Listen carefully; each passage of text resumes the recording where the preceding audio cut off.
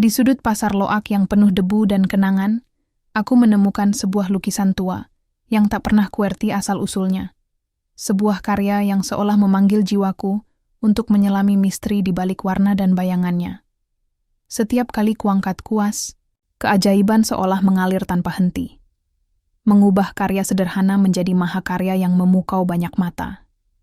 Tapi, di balik pesona itu, ada harga yang mulai menggerogoti hidupku perlahan. Apa yang sebenarnya harus aku korbankan demi menjadi seniman yang aku impikan? Namaku Santi, dan aku benci kanvas kosong. Mungkin kedengarannya aneh dari seseorang yang kuliah di jurusan seni rupa. Tapi bagi orang sepertiku, kanvas kosong bukan sekadar permukaan putih tanpa bentuk. Ia adalah cermin, memperlihatkan semua ketidakmampuan, semua kebuntuan, semua suara dalam kepalaku yang berkata, "Kau tidak cukup baik." Sudah hampir 2 minggu aku hanya duduk di depan kanvas itu. Mengelus permukaannya dengan ujung kuas, menatapnya seolah-olah ia akan bicara. Tapi, tak ada yang datang, tak ada inspirasi. Tak ada semangat, hanya sunyi. Dan denting jam yang terus mengingatkanku. Waktu terus berjalan dan aku masih di sini, diam. Di kelas, aku terus tertinggal. Teman-temanku mulai mengumpulkan karya untuk proyek akhir semester. Ada yang membuat mural, ada yang sibuk dengan teknik mix media yang rumit. Sementara aku hanya duduk, menatap kekosongan, baik di kanvas maupun di dalam diriku. Malam itu, aku keluar. Tanpa tujuan. Langit mendung, dan udara malam menyentuh kulit seperti teguran. Aku melangkah ke arah Malioboro, tempat yang tak pernah tidur. Tapi bukan keramaian yang kucari. Aku berbelok ke sebuah lorong kecil, jalan setapak sempit yang menuju ke pasar loak yang hanya buka setiap malam minggu. Di sana, barang-barang aneh berserakan, radio tua, cermin berkarat, buku-buku sobek, dan lukisan usang yang warnanya hampir pudar. Aku berjalan pelan, menyusuri deretan barang yang seolah menunggu untuk diceritakan kembali. Lalu aku melihatnya. Sebuah lukisan tua, bersandar di peti kayu, sebagian tertutup kain debu. Ukurannya sedang, tidak besar, tapi juga tidak kecil. Gambar dalam lukisan itu membuatku diam sejenak. Seorang perempuan, duduk sendiri di sebuah ruangan gelap. Matanya memandang lurus ke depan, tapi seolah menembus balik kanvas, menatap langsung ke jiwaku. Aku tidak bisa menjelaskan kenapa, tapi aku merasa ditarik. "Ayo, dibeli, Mbak." Itu lukisan lama. Bekas koleksi galeri yang tutup, kata si penjual. Lelaki tua berambut putih dengan suara serak. "Siapa yang melukis ini?" Tanyaku, masih menatap lekat-lekat. "Entah, nggak ada tanda tangan." Katanya sih, pelukisnya nggak pernah dikenal. Tapi yang beli ini selalu bilang, lukisan itu bercerita. Kayak hidup. Aku tertawa kecil, meski hati ini tidak sepenuhnya menganggapnya lelucon. Tanpa banyak tanya, aku membelinya. Harga yang diminta tak seberapa, tapi rasanya seperti membeli bagian dari diriku yang hilang. Kamar kosku sempit dan berantakan, penuh tabung cat, kuas, dan lembaran sketsa yang terlipat. Aku meletakkan lukisan itu di atas meja kecil, di sudut dekat jendela. Cahaya bulan menyorot wajah perempuan dalam lukisan itu, dan aku merasa dia tersenyum. Bukan senyum manis, tapi samar. Seolah-olah lega, karena akhirnya ditemukan. Malam itu, aku tidur dengan perasaan aneh. Antara puas, takut, dan diiringi ketenangan yang tak kukenal sebelumnya. Esok harinya, aku bangun lebih pagi dari biasanya. Rasanya tubuhku ringan. Dan untuk pertama kalinya dalam berminggu-minggu, aku duduk di depan kanvas dan ingin melukis, tanpa sketsa, tanpa rencana. Tanganku bergerak sendiri. Kuas menyapu permukaan seperti sedang menari. Warna demi warna menyatu. Bentuk perlahan muncul. Aku tidak tahu dari mana datangnya gambar ini, tapi seolah-olah ia memang sudah ada, menunggu untuk diungkapkan. Setelah 2 jam, aku mundur beberapa langkah, menatap hasilnya, dan aku terdiam. Itu bukan aku. Maksudku, bukan hasil tanganku yang biasa.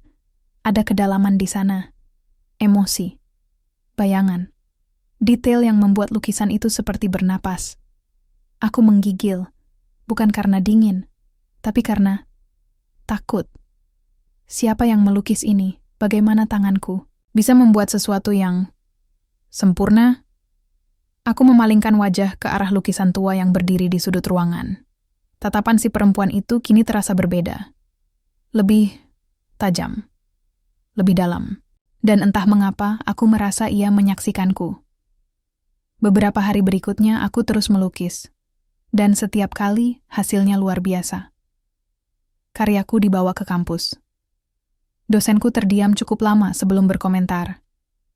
"Santi, ini luar biasa. Kamu menemukan gayamu sendiri."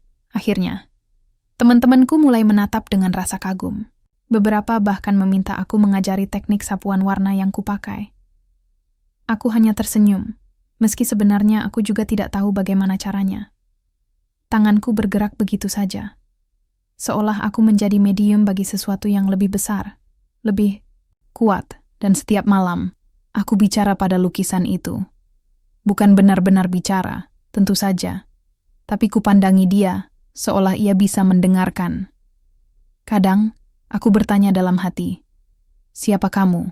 Kenapa kamu datang padaku?" Jawaban tak pernah datang dalam kata-kata. Tapi kadang, aku merasa mendengar bisikan. Sampai suatu malam, aku terbangun oleh suara keras. Brak. Aku melonjak. Jantungku berdegup kencang. Seluruh kamar gelap. Tapi suara itu datang dari dekat lukisan. Dengan langkah pelan aku menyalakan lampu. Lukisan itu masih di sana, tapi posisinya berubah sedikit, seolah-olah berusaha bergerak sendiri. Aku mendekat, menatap matanya. Dan untuk pertama kalinya aku merasa yakin. Dia hidup. Aku mulai menulis jurnal harianku. Mencatat perubahan yang kurasakan.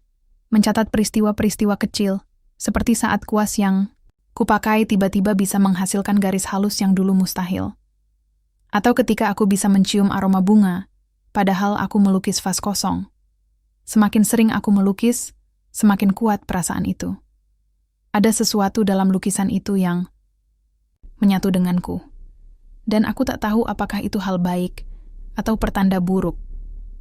Namun satu hal pasti, kanvas kosong itu kini tak lagi menakutkan. Ia sudah menjadi pintu.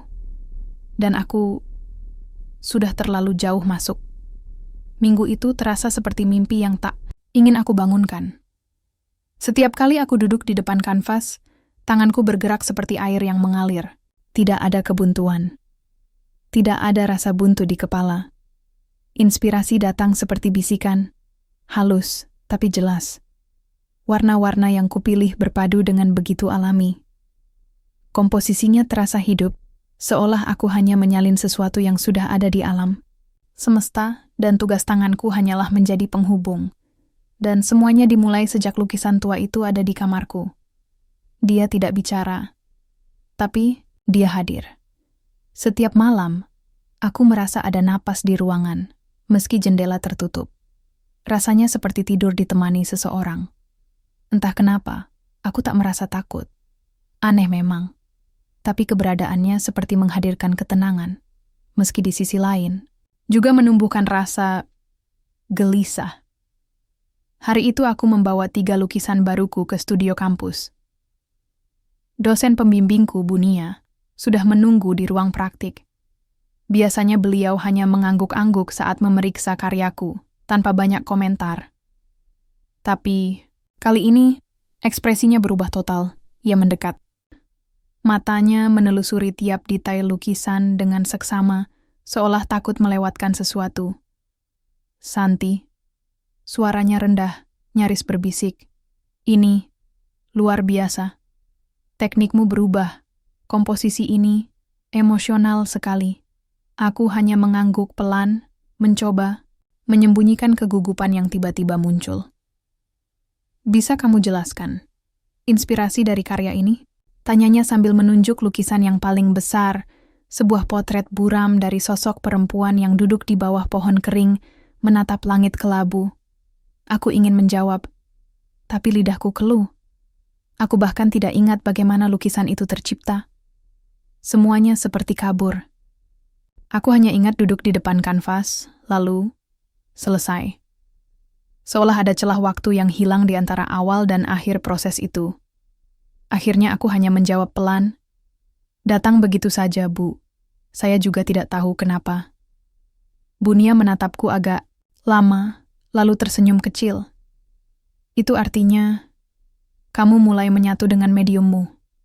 Seniman sejati bukan yang menggambar, tapi yang membiarkan lukisan itu bicara lewat dirinya." Aku mengangguk, meski dalam hati. Aku tidak yakin itu sepenuhnya benar. Yang aku tahu, aku tidak sendirian saat melukis. Hari-hari berlalu. Lukisan demi lukisan mengalir seperti nafas. Tak butuh waktu lama sebelum kabar menyebar di kampus. Beberapa mahasiswa dari jurusan lain datang ke studio hanya untuk melihat lukisan-lukisanku. Mereka tak percaya itu hasil dari seorang mahasiswi tingkat akhir yang selama ini dikenal pendiam dan biasa saja. Aku mulai menerima undangan untuk ikut pameran kecil di galeri komunitas. Salah satu lukisanku bahkan dibeli kolektor lokal, dengan harga yang membuatku ingin menangis. Bukan karena uangnya, tapi karena aku mulai diakui. Impian lamaku yang dulu terasa seperti bintang jauh di langit, kini terasa hanya sejengkal dari tangan. Tapi di balik semua itu, mulai ada bayangan gelap yang mengintip. Rina, teman sekamarku, mulai berubah. Ia sering pulang larut malam, wajahnya lelah. Ia berhenti banyak bicara denganku. Kami biasanya mengobrol sambil menyeduh teh sebelum tidur, membahas dosen galak atau tugas yang menumpuk. Tapi sekarang, ia lebih sering menatapku diam-diam, seperti ingin bicara tapi tak jadi. Sampai suatu malam, saat aku baru selesai melukis, ia menatapku dari tempat tidur dan berkata, "Kamu beda, San." Aku menghentikan gerakan tanganku. "Maksudmu?" "Dulu, kamu suka ngeluh, bingung, males ngelukis. Sekarang, kamu kayak orang lain. Tenang, tapi juga kayak bukan kamu." Aku tertawa pelan, berusaha mencairkan suasana. Mungkin karena akhirnya aku nemu gaya lukisanku sendiri.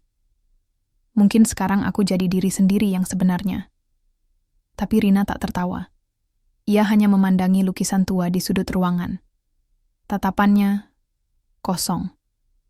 Lalu ia bertanya lirih, "Lukisan itu, kamu dapat dari mana?" Aku menoleh ke arah lukisan. Perempuan dalam gambar itu masih menatap seperti biasa. Dalam, dingin, tapi familiar. Pasar Loak, malam minggu. "Kenapa?" Rina tidak menjawab. Ia hanya bergumam pelan sebelum mematikan lampu tidurnya. "Aku suka lukisanmu, San. Tapi aku kangen kamu yang dulu." Dan malam itu, untuk pertama kalinya, aku merasa sedih. Keesokan paginya, aku menemukan Rina tidak ada di kamar. Hanya secarik kertas kecil di atas meja. "Aku butuh waktu sendiri. Numpang di kos temen dulu. Jangan khawatir." Aku mencoba menghubunginya, tapi pesannya hanya dibaca, tak dibalas. Rasanya aneh, hampa. Seperti kehilangan sebagian warna dari hidupku. Tapi, saat sore datang dan aku mulai melukis lagi, rasa sedih itu perlahan memudar. Dan kembali, aku tenggelam dalam dunia warna. Malam itu, saat aku membersihkan kuas, aku menatap lukisan tua itu lagi dan aku bersumpah, ekspresinya sedikit berubah. Tak lagi hanya menatap kosong, tapi tersenyum. Samar, namun cukup untuk membuat jantungku berdetak lebih cepat. Apakah aku hanya lelah? Atau memang ada sesuatu yang hidup dalam lukisan itu? Aku mendekat, sangat dekat. Wajahku hampir sejajar dengan wajah perempuan dalam lukisan itu. Dan tiba-tiba, dalam keheningan kamar, aku merasa disentuh. Seperti ada jari dingin menyentuh pipiku, aku mundur, terkejut. Tapi tak ada siapa-siapa, hanya aku. Dan lukisan itu. Malam itu, aku tidak bisa tidur. Dan untuk pertama kalinya, aku menulis di jurnalku dengan tangan gemetar. Lukisan itu memberi kekuatan, tapi aku mulai merasa aku harus membayar sesuatu sebagai gantinya. Dan aku takut. Harganya adalah mereka yang kucintai. Hari-hari berlalu lebih cepat daripada biasanya. Waktu terasa seperti aliran sungai yang deras, tak bisa dihentikan, tak bisa dilawan. Lukisan-lukisanku mulai dikenal di kalangan komunitas seni. 2 karyaku dipamerkan di galeri lokal, dan seorang kurator dari Jakarta mengirim pesan lewat Instagram, memintaku untuk ikut serta dalam pameran bertema eksistensi jiwa bulan depan. Semua terjadi begitu cepat, terlalu cepat. Namun, setiap kali aku menerima pujian, setiap kali aku menyentuh kanvas dan menghasilkan sesuatu yang bahkan tak kupercaya berasal dari tanganku sendiri, ada rasa bersalah yang perlahan menyelinap masuk. Seperti noda gelap yang sulit dihapus dari kain putih. Dan semua bermula dari lukisan tua itu. Suatu malam, saat hujan deras mengguyur atap kosan, aku duduk sendiri di meja, menatap satu kanvas baru yang baru saja selesai kulukis. Aku menggambar seorang anak kecil berdiri di tengah ladang ilalang, menghadap cahaya kuning yang aneh. Di langitnya, ada kabut tebal dan siluet wajah perempuan samar. Lukisan itu tidak indah, tidak seperti yang sebelumnya, tapi menakutkan. Dan aku tidak ingat kapan aku mulai melukisnya. Tanganku gemetar saat menyentuh sudut kanvas. Warna-warna yang kupakai gelap, sendu, seolah-olah ada kesedihan yang tertanam di dalamnya. Aku merasa ada yang berbeda. Lukisan ini bukan cerminan pikiranku. Ini bukan hasil dari kebebasan artistik. Ini semacam pesan. Aku menoleh ke arah lukisan tua di sudut ruangan. Dan aku bersumpah, kali ini aku mendengar suara. Pelan, jauh, seperti gumaman dari balik dinding waktu. Lanjutkan. Aku berdiri tiba-tiba, jantungku berdegup begitu keras hingga telingaku berdenging. Aku mencari sumber suara, memastikan tak ada orang di kamar atau di luar jendela, tapi hanya hujan dan keheningan yang menekan. Keesokan harinya, aku memutuskan untuk mencari tahu lebih banyak tentang lukisan tua itu. Aku kembali ke Pasar Loak, tempat aku pertama kali menemukannya. Namun saat sampai di sana, pasar tampak berbeda. Tak ada lapak tua itu. Tak ada pria tua dengan rambut putih. Bahkan orang-orang yang biasa berjualan di sana pun tampak bingung saat kutanya. Pak tua, yang jual lukisan? Kayaknya nggak ada di sini, Mbak. Sejak dulu pasar ini ya isinya orang sini-sini aja. Aku tak bisa menyembunyikan kebingunganku. Apakah aku salah tempat? Atau ada sesuatu yang lebih besar sedang terjadi? Aku pulang dengan kepala penuh pertanyaan. Dan semakin lama aku memandangi lukisan itu, semakin aku merasa, ia memang tak berasal dari dunia ini. Beberapa hari kemudian, aku mendapat kabar bahwa Galih, teman satu kelasku, sekaligus orang yang pertama kali memuji lukisan baruku, kecelakaan saat perjalanan pulang dari galeri. Motor yang dikendarainya menabrak pembatas jalan. Ia mengalami patah tulang dan trauma kepala ringan. Aku terdiam saat menerima kabar itu. Bukan karena terkejut, tapi karena ini bukan pertama kalinya. 1 minggu sebelumnya, Maya, teman baikku yang sering membantuku menyiapkan materi pameran, harus dirawat karena demam tinggi misterius. Tak ada diagnosa jelas. Tubuhnya melemah. Ia hanya mengatakan dalam gumaman, "Aku capek. Rasanya seperti dihisap sesuatu." Dan sekarang, Galih. Semua orang yang berdekatan denganku mulai terluka. Aku mencoba mengingkari semua itu. Menyalahkan, kebetulan. Tapi semakin aku mencoba menjauh dari kenyataan, semakin kuat bisikan itu datang. Malam berikutnya, aku mencoba melukis dengan menutupi lukisan tua itu dengan kain hitam. Aku duduk di depan kanvas, mencoba menciptakan sesuatu dari pikiranku sendiri, tanpa bantuan energi yang selama ini terasa mengalir darinya. Tapi, tidak ada apa-apa. Tanganku tak bisa bergerak. Setiap sapuan kuas terasa salah. Warna yang kupilih tampak mati. Aku merasa lumpuh, Bukan secara fisik, tapi batinku kosong, dingin, gelap.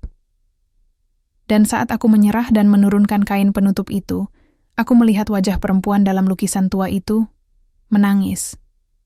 Air matanya tak terlihat, tapi ekspresi itu begitu jelas. Matanya merah, sorotnya seperti penuh luka. Dan aku merasakan rasa bersalah yang luar biasa menghantam dadaku. Apakah ini balasannya karena mencoba meninggalkannya? Dan saat aku kembali melukis dengan lukisan itu terbuka, inspirasi itu datang lagi, cepat, mengalir deras. Lebih kuat dari sebelumnya. Tapi malam itu, aku bermimpi. Aku berada di sebuah ruangan putih kosong. Di tengahnya berdiri seorang perempuan bergaun lusuh, sama persis seperti yang ada di dalam lukisan tua itu. Ia memanggil namaku. Pelan, tapi tajam. Santi. Aku mencoba lari, tapi langkahku berat. Ruangan itu seperti lumpur. Dan saat aku mendekat, aku melihat wajahnya. Wajahku sendiri. Aku terbangun dengan tubuh basah oleh keringat. Nafasku memburu. Dan entah kenapa, aku menangis. Untuk pertama kalinya, aku benar-benar takut dengan apa yang sedang terjadi padaku. Hari-hari berikutnya menjadi lebih berat. Aku merasa seperti boneka. Hidupku hanya antara melukis, tidur, melukis, tidur. Tapi tidak, ada lagi kebahagiaan yang dulu terasa saat karya dihargai. Yang ada hanya kecemasan, tentang siapa lagi yang akan terluka. Aku mencoba menghubungi Rina, tapi ia masih belum mau bertemu. Maya masih di rumah sakit. Gali belum kembali ke kampus, dan lukisan-lukisan baruku semakin gelap. Penuh siluet, bayangan. Sosok-sosok samar yang menatap dengan mata kosong. Beberapa dosen mulai bertanya, "Apa kamu baik-baik saja, San? Karyamu akhir-akhir ini terasa muram." Aku hanya tersenyum dan menjawab, "Mungkin aku sedang ingin mengeksplorasi tema kehilangan. Padahal yang hilang adalah diriku sendiri." Malam itu aku berdiri di depan lukisan tua itu. Aku memegang pisau lukis, dan untuk pertama kalinya, aku berpikir untuk menghancurkannya. Tapi sebelum aku bergerak, sebuah suara menggema di dalam kepalaku. Bukan bisikan lagi, tapi suara yang jelas, nyaring, memerintah. Sentuh aku, tanganku bergerak tanpa sadar, menyentuh permukaan lukisan. Dan saat itu juga, pandanganku kabur. Dunia berputar, nafasku tercekat. Aku merasa ditarik ke dalam kegelapan yang tak berujung. Aku melihat kilasan-kilasan wajah, orang-orang yang kulukis, orang-orang yang terluka. Dan di tengahnya aku melihat diriku, berdiri di tengah lautan merah. Setiap lukisan adalah pengorbanan. Setiap warna mengambil bagian dari jiwa mereka. Dan kau adalah jembatan itu. Aku terjatuh ke lantai. Nafasku tak beraturan. Pisau lukis terlepas dari tangan. Dan saat aku membuka mata, perempuan dalam lukisan itu tersenyum lebar. Sejak malam itu, aku tahu aku tak bisa diam saja. Bukan hanya karena ketakutan yang semakin hari semakin mencengkeram dadaku, tapi karena perasaan bersalah yang mulai menjelma menjadi luka di pikiranku. Aku tak lagi bisa tidur dengan tenang. Setiap malam dihantui oleh suara-suara samar, bisikan-bisikan dari balik kanvas, dan bayangan perempuan bergaun lusuh yang seolah menantiku. Aku harus tahu, apa sebenarnya lukisan itu? Siapa sosok dalam lukisan itu? Dan kenapa dia begitu erat dengan hidupku? Aku memulai pencarianku dari tempat yang sederhana, perpustakaan kota. Langkahku menyusuri rak-rak tua yang dipenuhi debu dan bau kertas lama. Di bagian belakang, aku menemukan arsip tentang sejarah seni rupa lokal. Aku membolak-balik halaman demi halaman, mencari apapun, nama pelukis, potongan cerita, atau sekadar foto yang menyerupai lukisan misterius itu. Hampir 3 jam aku membaca, hingga akhirnya aku menemukannya.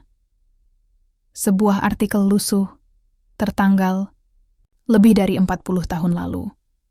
Di sudut kanan bawah halaman, ada sebuah gambar kecil, Lukisan seorang perempuan duduk di kursi rotan, dikelilingi kabut, dengan ekspresi kosong yang persis sama seperti lukisan di kamarku. Hatiku mencelos. Judul artikelnya berbunyi, "Seniman muda hilang misterius. Setelah pameran tunggal, karya-karyanya kini dianggap terlarang." Aku membaca setiap kalimat dengan napas tercekat. Namanya adalah Arsita Damayanti. Mahasiswi seni rupa dari Jogja, dikenal jenius dan sangat produktif. Ia mendadak menghilang sehari setelah pameran tunggal perdananya yang berjudul Bayangan yang Tak Terlukis. Yang menarik dan mengerikan adalah kesaksian dari orang-orang sekitarnya. Beberapa mengatakan bahwa sebelum menghilang, Arsita sering terlihat bicara sendiri saat melukis. Ada juga yang bersaksi bahwa mereka merasa lelah dan kosong setiap kali terlalu lama berada di dekat lukisannya. Dan yang paling membuatku gemetar adalah satu kalimat penutup dari artikel itu. Lukisan terakhir Arsita, yang belum sempat dipamerkan, menghilang dari studio. Sebagian percaya lukisan itu telah menyatu dengan jiwanya, menjadi penjara abadi bagi roh seniman muda itu. Tanganku mencengkeram kertas tua itu begitu erat hingga hampir merobeknya. Lukisan yang hilang, apakah itu yang sekarang ada di kamarku? Aku pulang dengan tubuh gemetar. Saat sampai di kamar, aku berdiri lama di depan lukisan tua itu. Kini aku tak melihatnya sebagai benda mati. Ia hidup. Ia menyimpan jiwa seseorang. Dan entah bagaimana, ia juga menyimpan diriku. Aku bisa merasakannya.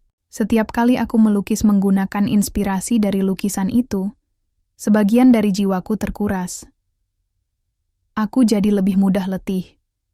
Wajahku mulai pucat, suaraku melemah, tapi ironisnya, aku juga merasa lebih hidup daripada sebelumnya, seperti candu.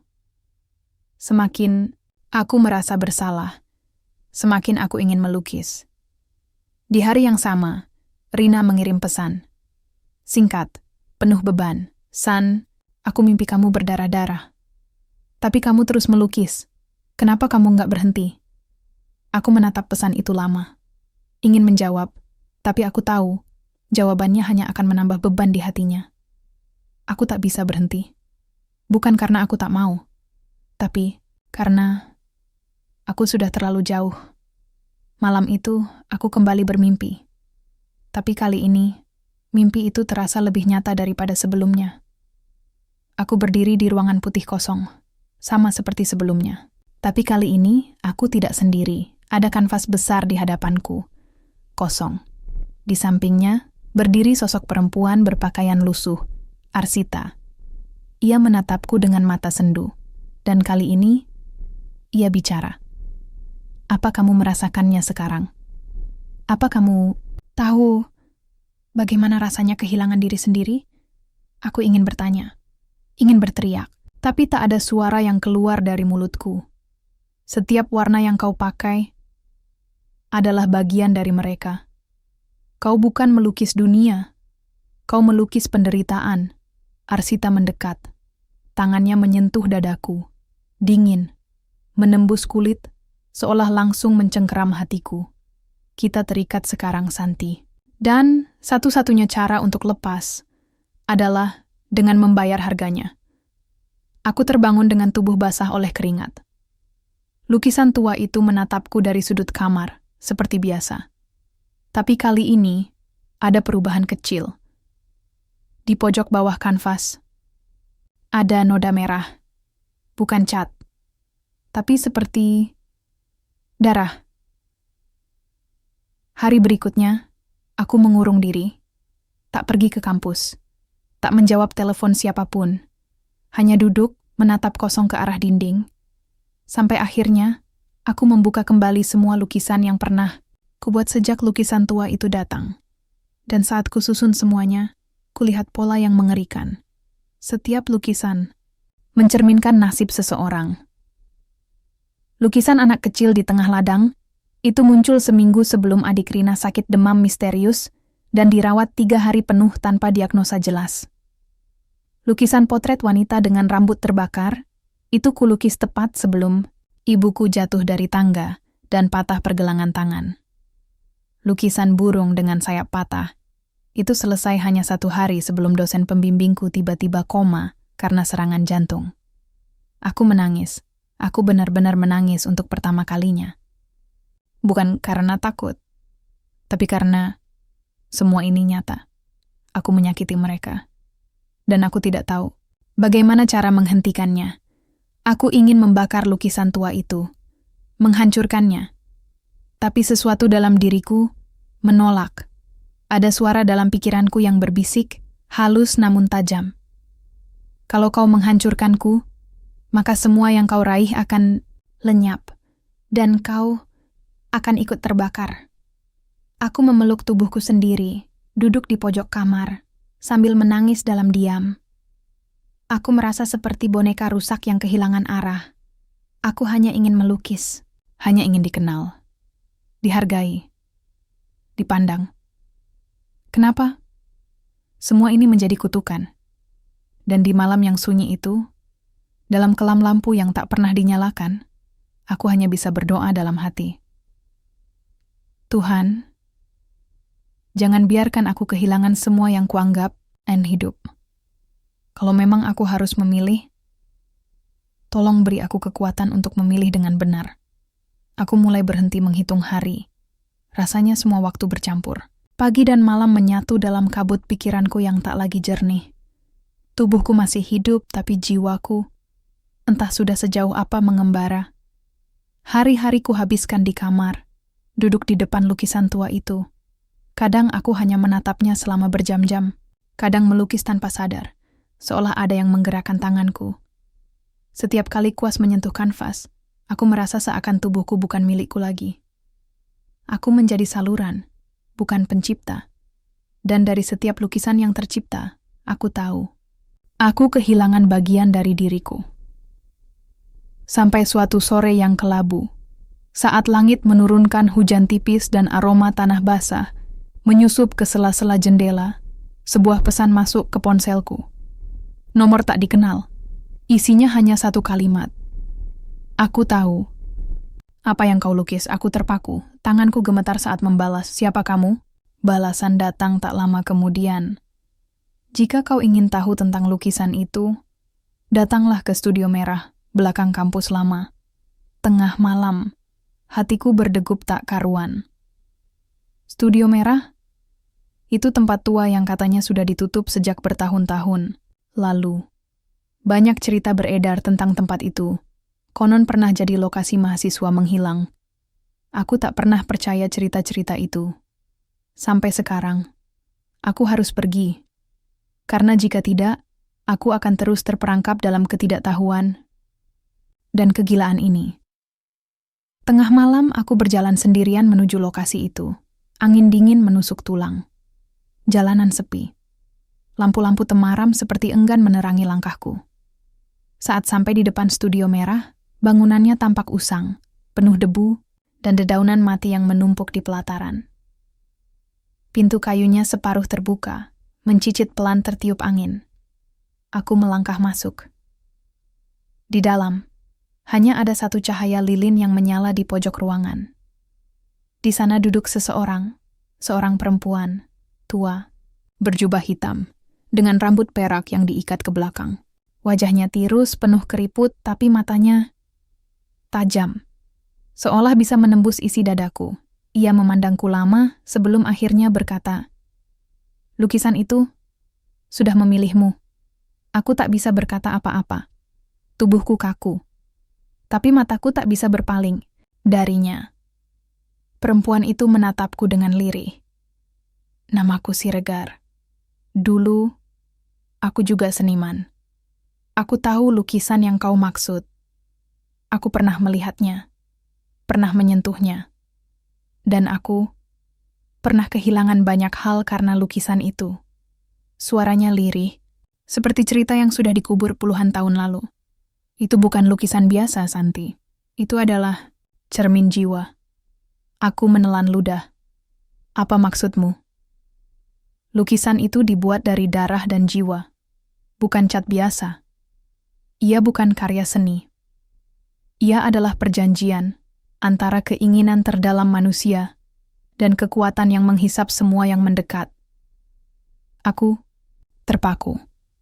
Siregar melanjutkan, lukisan itu tak akan bisa dihancurkan. Ia hidup dari apa yang kau berikan.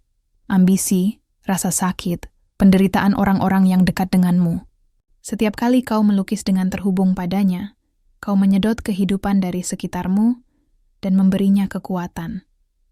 Aku menutup wajahku. Air mata mulai jatuh. Kenapa aku? Aku hanya ingin menjadi seniman. Itu saja. Perempuan tua itu tersenyum tipis, pahit. Karena kau, sama seperti dia, aku menatapnya.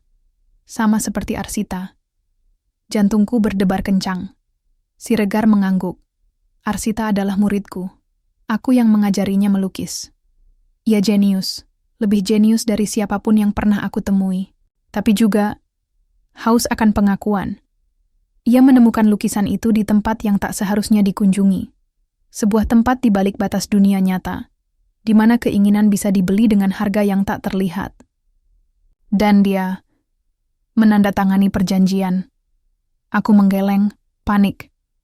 Tapi dia menghilangkan, dikatakan bahwa dia jiwanya terperangkap, potong Siregar tegas.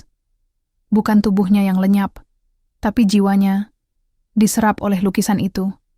Dan kini, ia menjadi bagian dari kekuatannya. Aku menangis. Rasanya seperti beban seisi dunia menghantam dadaku.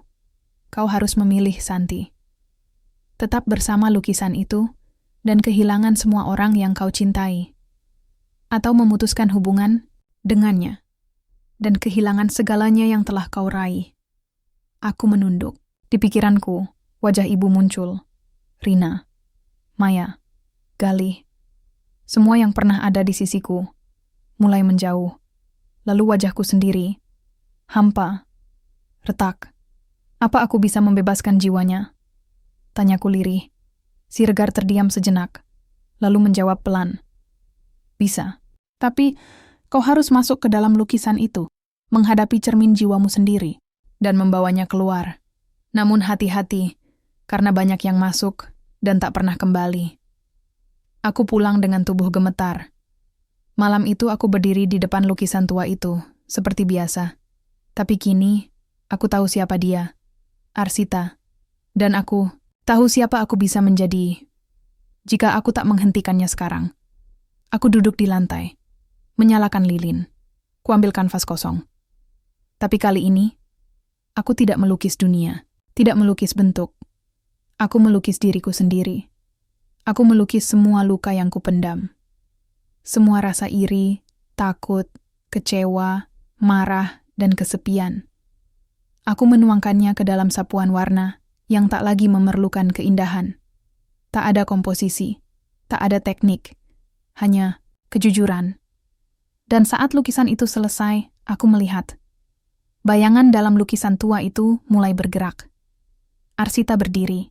Ia mendekat ke arah sisi kanvas, menatapku, dan tersenyum. Langit malam tampak ganjil malam itu. Tak ada bintang, hanya awan, hitam yang menggulung di atas atap-atap rumah, seakan mengisyaratkan sesuatu yang akan segera pecah. Aku duduk diam di depan lukisan tua itu, tubuhku menggigil walau jendela dan pintu telah tertutup rapat. Lukisan itu tak lagi hanya sebatas benda, ia bernapas, bergerak, dan malam ini aku bersiap untuk masuk ke dalamnya. Setelah pertemuan dengan Bu Siregar, semuanya menjadi lebih nyata. Tak ada ruang untuk menyangkal atau pura-pura buta. Setiap tarikan kuas selama ini adalah bentuk dari perjanjian yang tak kusadari telah kutandatangani. Kini, aku harus melunasinya dengan cara yang tak terpikirkan, menyusuri dunia di dalam lukisan itu. Aku menatap lukisan potret diriku yang kulukis semalam. Ada getaran aneh dari permukaannya, seperti riak air, seperti lubang antara dua dunia. Aku menghela napas panjang. Ini waktunya. Lilin telah kuatur di sekeliling ruangan. Satu lingkaran penuh. Aroma dupa membumbung perlahan, menenangkan, tapi juga membuat jantungku berdegup lebih keras. Sehelai rambutku kulepaskan, dan kuteteskan darah dari ujung jariku ke atas permukaan lukisan, seperti kunci, dan saat darah itu menyentuh cat, dunia seketika bergetar. Aku terhisap, bukan lewat ruang, tapi lewat kesadaran. Saat ku buka mata, aku tak lagi di kamarku. Aku berada di tempat yang sangat asing, sebuah padang luas berwarna abu-abu. Langitnya kelam. Udara di sekitarku terasa berat, seperti tertimbun perasaan murung yang tak pernah reda. Di sekelilingku, ada lukisan-lukisan yang berdiri sendiri. Kanvas besar, membentuk dinding labirin yang tak berujung. Setiap kanvas memperlihatkan kenangan. Kenanganku. Aku melihat diriku kecil, duduk sendiri di sudut kelas, menggambar diam-diam karena tak punya teman. Di sisi lain, terlihat ibuku yang berusaha keras membesarkanku sendiri setelah ayah meninggalkan kami. Ada Rina, tertawa bersamaku di taman kampus, lalu berubah menjadi punggung yang menjauh dengan wajah duka. Semua kenangan. Menyakitkan. Tapi juga jujur. Semua lukisan ini adalah potret jiwaku. Aku mulai berjalan, menyusuri lorong labirin itu. Setiap langkahku terasa berat. Bukan karena tanah atau beban tubuh, tapi karena setiap lukisan yang kulalui menarik emosiku, mencabik bagian dalam dari diriku. Aku merasa hampa, namun penuh. Lelah, tapi harus terus melangkah. Tiba-tiba, suara langkah terdengar di belakangku. Aku menoleh. Sosok perempuan itu berdiri di sana. Arsita. Tapi kini, ia tampak berbeda. Bukan sosok pucat seperti dalam lukisan. Ia hidup. Matanya gelap, dalam, seolah menyimpan ribuan tahun luka. Bibirnya tak tersenyum, tapi juga tak marah. Ia menunggu. Aku tahu kau akan datang. Suaranya tenang, tapi menggema di seluruh ruang. Aku ingin mengeluarkanmu dari sini, ucapku, pelan. Ia menggeleng perlahan. Tak semudah itu. Kau pikir hanya dengan masuk, semuanya akan berakhir? Tidak, Santi. Kau harus mengalahkan dirimu sendiri. Tiba-tiba, tanah di bawahku retak. Lukisan-lukisan runtuh dan dari balik pecahan kanvas, muncullah sosok lain, diriku. Tapi bukan aku yang sekarang. Itu adalah aku versi lain, dengan wajah bengis, mata kosong, dan tangan penuh cat merah darah. Apa? Ini? Tanyaku gemetar. Arsita menjawab pelan. Itulah sisi tergelapmu. Dia hidup karena kau membiarkannya tumbuh. Ia memakan rasa iri, tamak, dan rasa tak pernah puas yang kau simpan. Sosok itu berjalan mendekat. Senyumnya menakutkan. Aku adalah kau. Saat kau tak peduli siapa yang harus dikorbankan demi suksesmu, katanya. Suaranya sama persis denganku. Tubuhku mundur selangkah, tapi tanah di belakangku telah runtuh. Tak ada pilihan. Aku harus menghadapi ini. Menghadapi diriku sendiri. Sosok itu menyerangku, bukan dengan senjata, tapi dengan kata-kata, dengan kenangan. Ia berbisik tentang saat aku diam saja ketika Maya diolok-olok oleh dosen. Tentang saat aku mengambil ide galih, lalu memamerkannya seolah itu milikku. Tentang setiap keputusan kecil yang kulakukan dengan penuh kesadaran, yang menyakiti orang lain, demi membuatku terlihat bersinar. Aku berteriak. Itu bukan aku. Tapi suara itu menjawab, itu adalah kamu. Kau hanya takut mengakuinya. Aku jatuh berlutut. Air mata mengalir deras. Semua rasa bersalah, sakit, dan penyangkalan menumpuk dalam dadaku. Tapi di balik semua itu, ada satu cahaya kecil. Kejujuran. Kesadaran. Aku menarik napas dalam.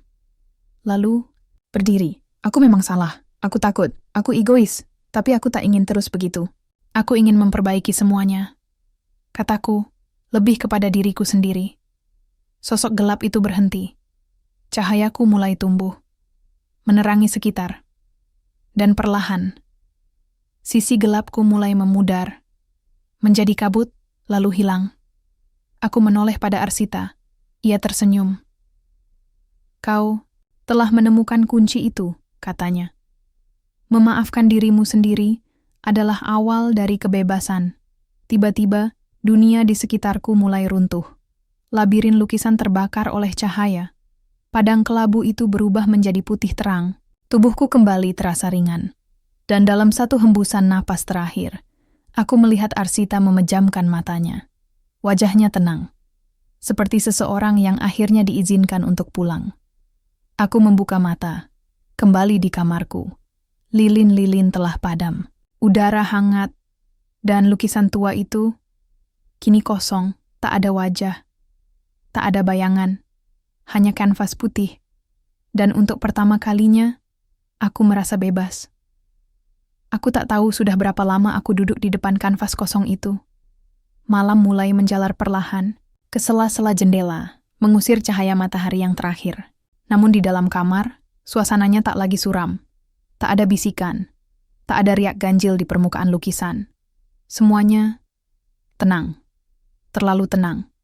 Aku seharusnya merasa lega. Aku sudah keluar dari dunia itu. Aku sudah menghadapi diriku sendiri. Aku sudah menolong Arsita, membebaskan jiwanya dari perangkap tak kasat mata yang mengurungnya selama bertahun-tahun. Tapi, entah kenapa, dadaku tak kunjung ringan. Ada yang mengganjal. Ada sesuatu yang belum selesai. Dan firasatku terbukti. Malam, itu juga. Pukul 11 malam, suara ketukan menggema keras di pintu kontrakanku. Bukan sekali, tapi berkali-kali. Seperti orang panik, aku bangkit dengan jantung tak karuan, membuka pintu, dan di sana berdiri Maya. Matanya sembab, wajahnya pucat. Galih, dia masuk rumah sakit. Dunia di sekitarku seketika mengecil. Kami naik ojek online menuju rumah sakit. Sepanjang jalan, Maya terus bicara pelan, kalut, tapi aku nyaris tak bisa mendengar satupun kata yang keluar dari mulutnya. Di kepalaku hanya ada satu suara. Kau pikir semuanya sudah selesai, Santi? Aku menoleh ke arah langit kota yang kosong. Tapi suara itu hanya ada di dalamku. Sesampainya di rumah sakit, Galih masih tak sadarkan diri. Infus menggantung di sisi tempat tidurnya. Detak jantungnya stabil tapi lemah. Kata dokter, ia mengalami pendarahan otak akibat kecelakaan kecil. Terjatuh dari tangga di rumahnya sendiri. Tapi Galih bukan orang ceroboh. Dia sangat hati-hati, terlalu hati-hati malah. Dan yang lebih aneh, Maya bilang, Galih jatuh tepat saat aku selesai keluar dari dunia lukisan itu. Aku pulang sendiri malam itu.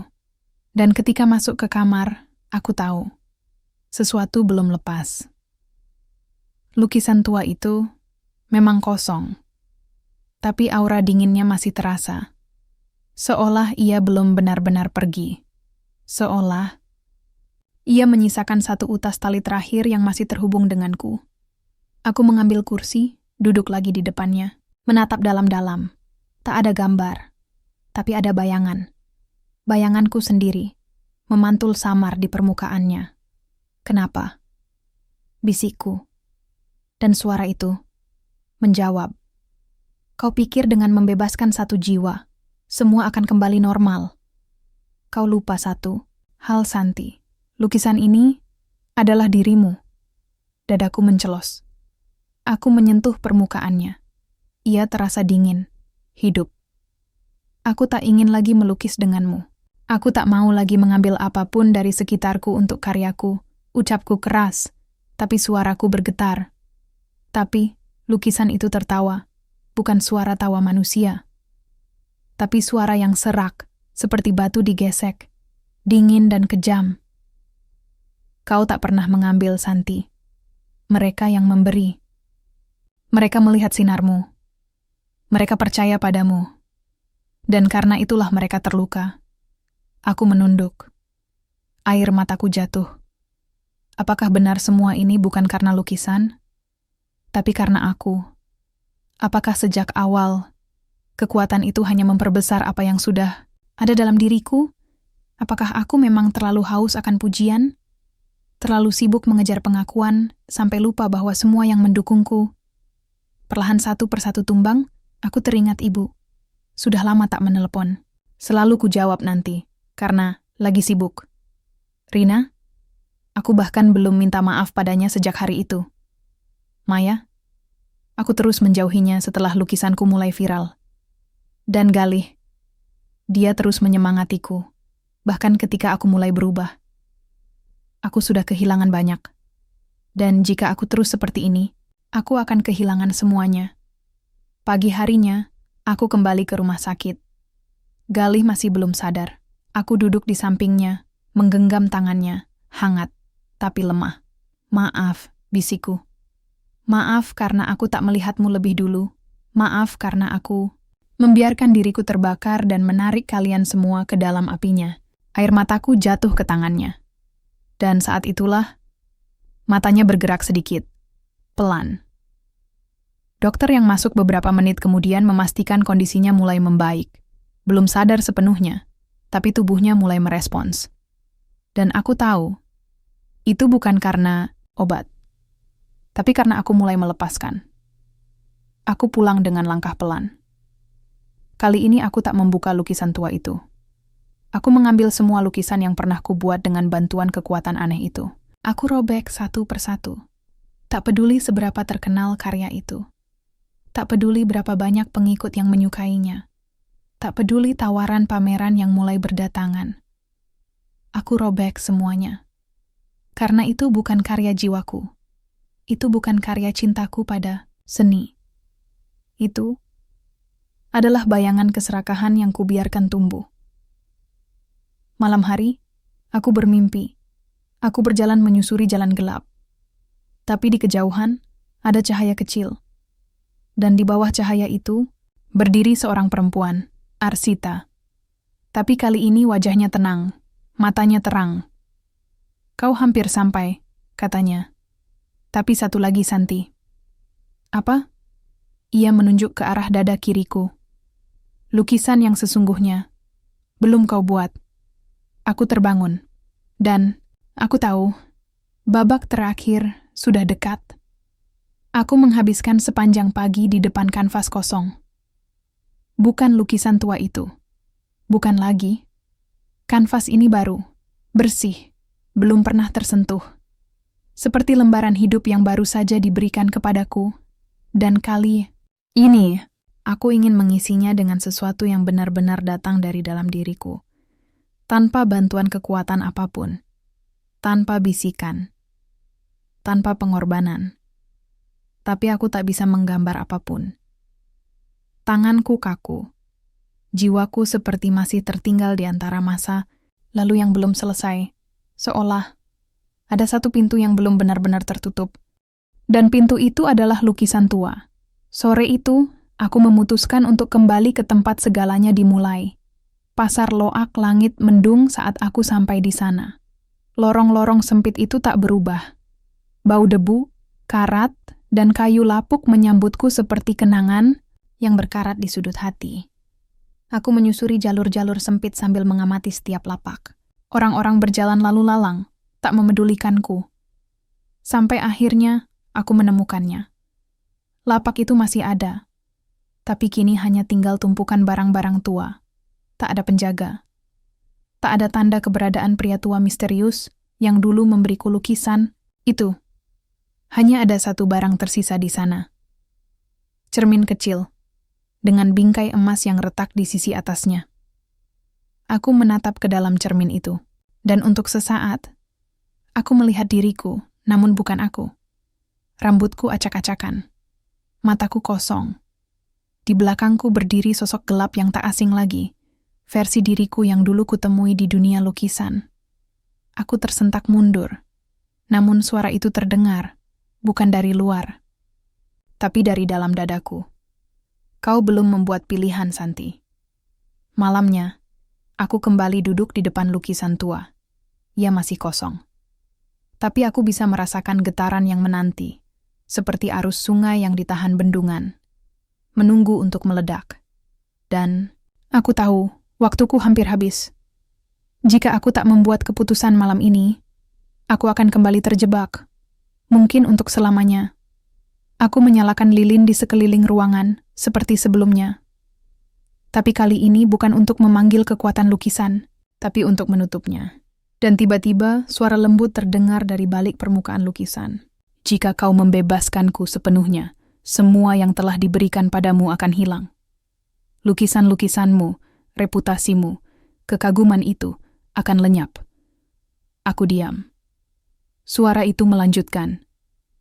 Tapi jika kau memilih tetap bersamaku, semua itu akan berkembang. Lebih besar dari sebelumnya. Dunia akan mengenal namamu. Kau akan menjadi legenda. Semuanya terdiam.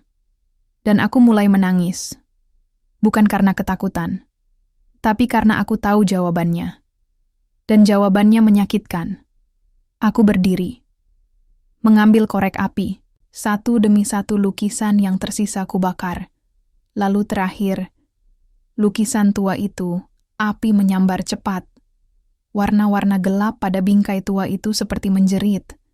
Suara yang tak terdengar oleh orang lain, tapi menggema di dadaku. Kau bodoh, Santi.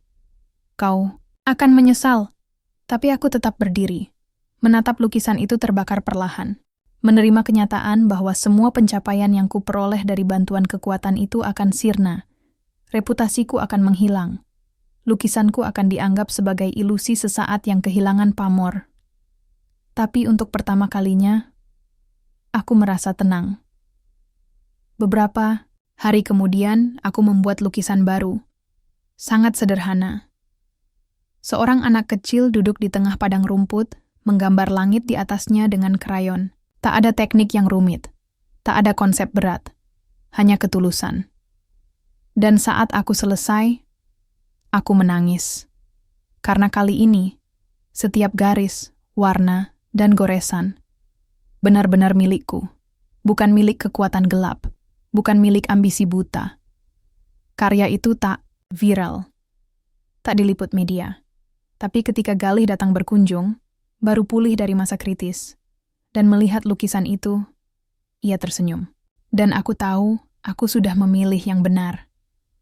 Beberapa bulan berlalu, aku kembali melukis seperti dulu, belajar dari awal, mengajar anak-anak jalanan seni rupa, membuat karya tanpa tekanan, tanpa obsesi untuk dikenal. Reputasiku memang perlahan tenggelam dari pemberitaan, tapi tak mengapa, karena aku tak lagi mencari sorotan, aku mencari cahaya. Dan kutemukan di dalam diriku sendiri. Langit pagi tampak pucat ketika aku membuka jendela kamarku. Udara dingin menyapa wajahku, dan sinar matahari menyusup perlahan ke dalam ruangan yang kini tak lagi penuh lukisan tua, melainkan coretan-coretan baru, sederhana, tapi hidup. Semua berawal dari nol, namun untuk pertama kalinya, aku merasa tidak sendirian. Aku merasa utuh. Sudah 3 bulan sejak malam aku membakar lukisan itu. Namaku tak lagi muncul di majalah-majalah seni, tawaran pameran tak lagi datang, dan akun media sosial yang dulu ribuan pengikutnya kini sepi. Tapi aku tidak sedih, tak marah, karena akhirnya aku bisa hidup sebagai diriku. Santi, seorang mahasiswa seni yang mencintai setiap warna bukan karena pujian, tapi karena ia punya cerita. Dan cerita itu kini kutularkan pada anak-anak. Semuanya dimulai dari satu sore ketika aku melewati sebuah gang kecil di belakang kampus. Aku melihat sekelompok anak kecil bermain. Wajah mereka dekil, pakaian lusuh, tapi mereka tertawa. Di tangan salah satu dari mereka, ada sepotong kapur warna-warni yang sudah hampir habis. Ia menggambar sesuatu di dinding tembok kosong. Seekor kucing dengan sayap. Aku mendekat. Anak itu terkejut, lalu berlari. Tapi aku tak mengejarnya. Aku hanya duduk di sana, di depan tembok yang kini jadi kanvas imajinasi. Dan keesokan harinya, aku kembali, membawa 1 kotak krayon dan cat air murah. Dan mereka datang, satu demi satu. Awalnya malu-malu, lalu ramai, seperti bunga liar yang akhirnya bisa tumbuh bebas setelah badai panjang. Aku membuka kelas kecil di lorong itu, dengan tembok sebagai kanvas dan lantai sebagai galeri. Mereka memanggilku Kak Santi. Aku tak digaji, tak disorot media. Tapi senyum anak-anak itu lebih hangat dari segalanya yang pernah kuraih. Maya sering datang membantu, ia membawa makanan ringan untuk anak-anak. Galih juga kadang ikut, meskipun ia masih dalam masa pemulihan. Ia sering duduk di bangku panjang sambil memainkan gitar kecilnya. Musik dan warna, Kami menjadi keluarga yang tak sempurna, tapi saling menyembuhkan. Dan aku tahu, ini bukan sekadar kegiatan sosial. Ini adalah pengganti.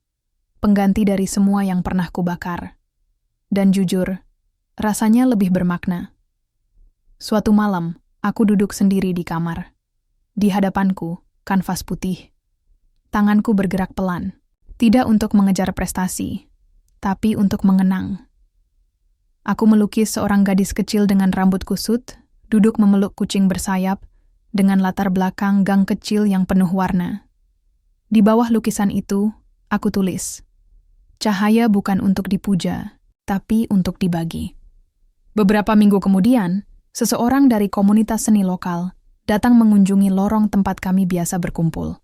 Ia terkejut melihat semua karya di tembok dan bertanya siapa yang mengajar anak-anak itu. "Bukan aku," jawabku. "Mereka saling mengajari satu sama lain. Aku hanya membawakan warna." Tapi kabar itu menyebar juga.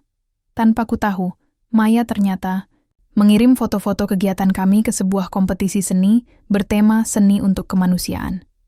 Dan dari ratusan peserta, nama kami lolos ke tahap akhir. Awalnya aku ingin mundur.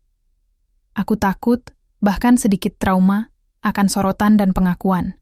Aku takut lukisan tua itu, meskipun sudah lenyap, masih mengintip dari balik bayanganku. Tapi malam itu, Galih menatapku dan berkata, "Kali ini, bukan tentang kamu, tapi tentang mereka. Tentang anak-anak yang percaya pada warna, bukan kekuatan." Dan aku tahu, ia benar. Di malam pengumuman, kami datang bersama. Aku, Galih, Maya, dan 2 anak yang mewakili kelas kecil kami, Rika dan Bayu. Mereka gugup, memakai pakaian pinjaman, tapi mata mereka bersinar. Dan ketika diumumkan bahwa lukisan tembok kami menang sebagai karya inspiratif tahun ini, aku hanya bisa tersenyum, tak menangis, tak berteriak. Hanya tersenyum. Bukan karena kemenangan, tapi karena aku tahu, kali ini bukan ada yang dikorbankan untuk mencapainya. Tidak ada kekuatan magis. Tidak ada penderitaan orang lain. Hanya ketulusan. Malam itu, aku pulang membawa piala, kecil. Tapi yang lebih penting, aku membawa secarik kertas dari anak-anak yang kutemukan di dalam tas. Terima kasih Kak Santi. Karena sekarang, kami tahu bahwa warna bisa menyelamatkan hati. Aku menangis. Bukan karena sedih, tapi karena aku telah tiba. Pagi itu, aku berdiri di depan cermin tua, yang kini kupasang di ruang kecil, tempat kami mengadakan kelas seni. Cermin itu bukan sekadar benda. Ia adalah saksi perjalanan panjang yang kulalui, dari ambisi, kekuatan gelap, pengorbanan, hingga penemuan jati diri. Aku menatap mataku sendiri, mencari sesuatu yang dulu hilang. Dan aku menemukannya. Ketenangan. Dulu, aku pikir lukisan itu memberiku kekuatan untuk menjadi besar. Tapi ternyata, kekuatan sejati bukan berasal dari lukisan itu. Ia lahir dari rasa takutku untuk kehilangan, dari kesalahan yang kutemui, dan dari keberanian untuk memilih hidup dengan jujur. Setiap goresan kuambil bukan demi pengakuan, tapi karena aku ingin bicara dengan dunia melalui warna dan bentuk. Hari-hari setelah piala kami terima, hidupku berubah perlahan. Anak-anak di lorong itu semakin percaya diri. Mereka tak lagi takut bermimpi, walau keadaan tak selalu mudah. Maya, Galih dan aku, kami menjadi keluarga kecil yang saling menopang. Kami tidak kaya, kami tidak terkenal, tapi kami bahagia. Suatu sore, saat aku sedang melukis di dinding lorong, Maya datang dengan sebuah bingkisan kecil. "Ini dari seseorang yang dulu punya lukisan tua," katanya sambil tersenyum. Aku membuka bungkusnya. Di dalamnya, ada sebuah buku sketsa kosong dan sebuah surat. "Santi, perjalananmu adalah cermin bagi banyak jiwa. Terima kasih telah berani memilih cahaya. Teruslah melukis dengan hati." Aku menatap kata-kata itu. Air mataku menetes. Aku tahu, ini bukan akhir, tapi awal dari babak baru. Aku berjalan ke cermin tua itu sekali lagi. Kupandang lukisan hitam putih yang pernah menggantung di sana dulu. kini diganti dengan refleksi diriku yang sesungguhnya. Aku tersenyum. Ini bukan hanya tentang seni, bisikku, pada diri sendiri. Ini tentang jiwa yang berani berubah dan cinta yang mampu membebaskan. Di sanalah aku berdiri.